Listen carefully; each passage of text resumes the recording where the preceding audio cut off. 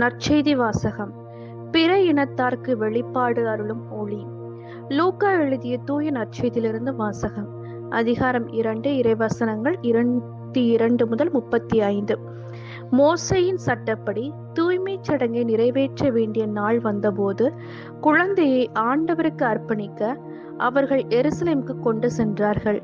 ஏனெனில் ஆண் தலைப்பேறு அனைத்தும் ஆண்டவருக்கு அர்ப்பணிக்கப்படும் என்று அவருடைய திருச்சட்டத்தில் எழுதியுள்ளது.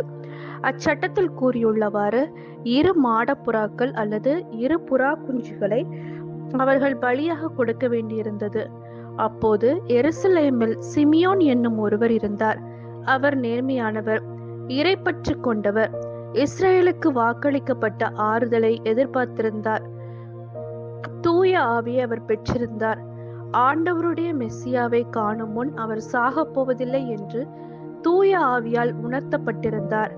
அந்த ஆவியின் தூண்டுதலால் அவர் கோவிலுக்கு வந்திருந்தார்.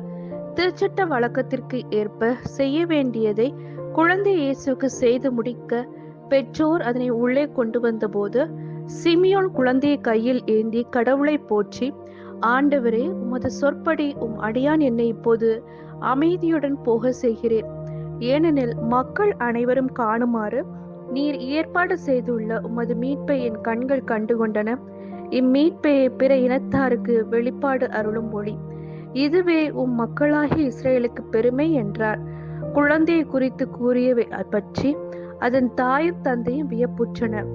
சிமியோன் அவர்களுக்கு ஆசி கூறி அதன் தாயாகிய மரியாவை நோக்கி, இதோ இக்குழந்தை இஸ்ரேல் மக்களுள் பலரின் வீழ்ச்சிக்கும் எழுச்சிக்கும் காரணமாக இருக்கும், எதிர்க்கப்படும் அடையாளமாகவும் இருக்கும். இவ்வாறு பலருடைய மறைவான எண்ணங்கள் வெளிப்படும். உமது உள்ளத்தையும் ஒரு வாள் ஊடுருவி பாயும் என்றார். இது கிறிஸ்துவின் நற்செய்தி. கிறிஸ்துவே உமக்கு புகழ்.